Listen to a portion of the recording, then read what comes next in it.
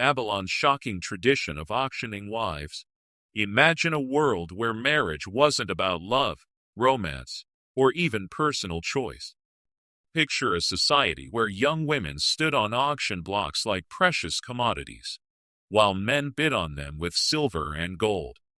This wasn't fiction. This was ancient Babylon, one of history's most powerful civilizations, and their shocking tradition of wife auctions that would make modern society gasp in disbelief.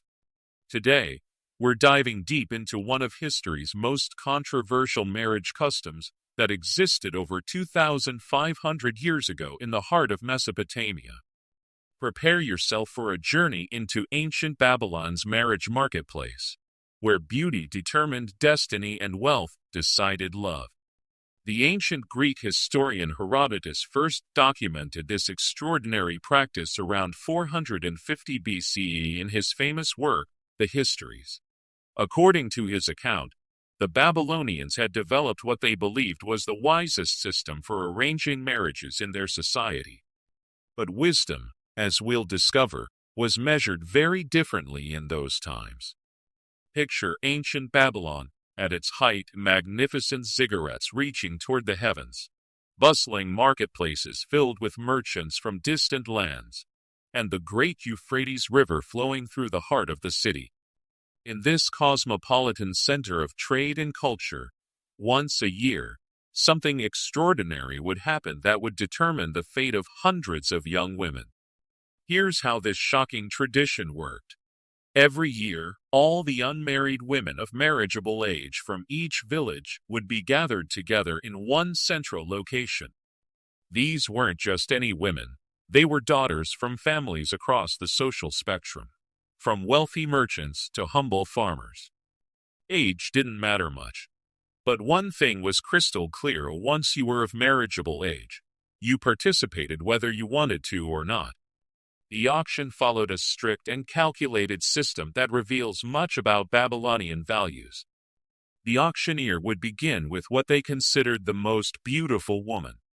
She would stand before the crowd of potential bidders, men who had traveled from far and wide with their purses full of silver. The bidding would be fierce, with wealthy men competing to claim the most attractive bride. The highest bidder would pay his sum and take her as his wife immediately. But here's where it gets truly fascinating and disturbing. The money collected from these high bids wasn't kept by the auctioneer or the state.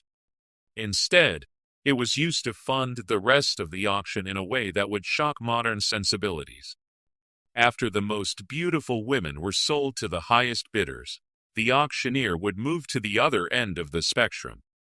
The women considered least attractive would be brought forward, but instead of being sold, they would essentially be given away along with money from the earlier sales.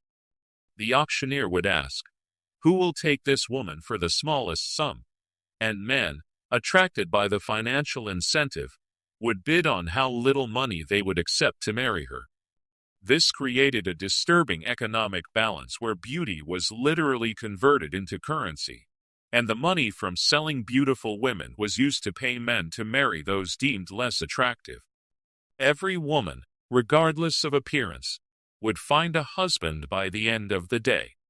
What does this system tell us about ancient Babylonian society? First, it reveals that marriage was viewed purely as an economic and social transaction, with no consideration for personal preference, compatibility, or love. Women were commodities to be distributed efficiently throughout society, and the system was designed to ensure that every woman found a place in the social structure through marriage. The practice also highlights the extreme importance placed on physical beauty in determining a woman's value in society. A woman's appearance could literally determine whether her marriage would bring wealth to her family or require payment to find her a husband. Interestingly, Herodotus noted that this system came with certain legal protections. If a man was dissatisfied with his purchased bride, he could return her and get his money back, but only if he could prove legitimate grounds for complaint. Similarly, if a couple couldn't get along, they could dissolve the arrangement. but the financial aspects had to be settled according to strict rules. The law also prohibited fathers from marrying off their daughters privately if they hadn't participated in the annual auction. This ensured that the system remained universal, and that the economic benefits of beautiful women subsidizing marriages for less attractive ones continued to function. To understand this practice, we must remember that ancient Babylon was a society where individual choice was often subordinated to collective welfare and economic stability. Marriage wasn't about personal happiness. It was about creating stable family units, ensuring reproduction, and maintaining social order. The auction system, however disturbing to modern minds, was seen as an efficient way to accomplish these goals while ensuring that everyone had a place in society.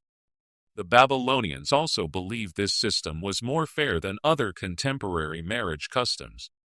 Unlike societies where only wealthy families could arrange good marriages for their daughters, the Babylonian system theoretically gave every woman a chance at a prosperous marriage if she was blessed with beauty. It's important to note that Herodotus is our primary source for this practice, and modern historians debate how accurately his account reflects reality. Some scholars suggest the practice may have been exaggerated or misunderstood by the Greek historian, who was writing from an outsider's perspective about a foreign culture. However, archaeological evidence and other historical documents from Mesopotamia do confirm that marriage in ancient Babylon was highly commercialized, with detailed contracts specifying financial arrangements between families. So while the exact details of the auction system might be debated, the commodification of marriage in Babylonian society is well documented. This shocking practice eventually disappeared as Babylon fell under various conquests and as new cultural influences, including different religious and philosophical ideas, began to shape Mesopotamian society. The rise of different empires brought new marriage customs and gradually phased out the auction system. The wife auction tradition of ancient Babylon serves as a stark reminder of how differently human societies can organize themselves around fundamental institutions like marriage. While we might be horrified by this practice today, it offers valuable insights into ancient values, economics, and social organization. This shocking tradition challenges us to think about how our own marriage customs might appear to future generations, and reminds us that what one society considers normal, another might find completely unacceptable. The story of Babylon's wife auctions isn't just ancient history. It's a mirror reflecting the evolution of human values and the ongoing struggle between individual desires and social systems. What do you think about this ancient practice? Could such a system ever have worked, even by the standards of its time? Let these questions linger as we close this journey into one of history's most controversial marriage traditions.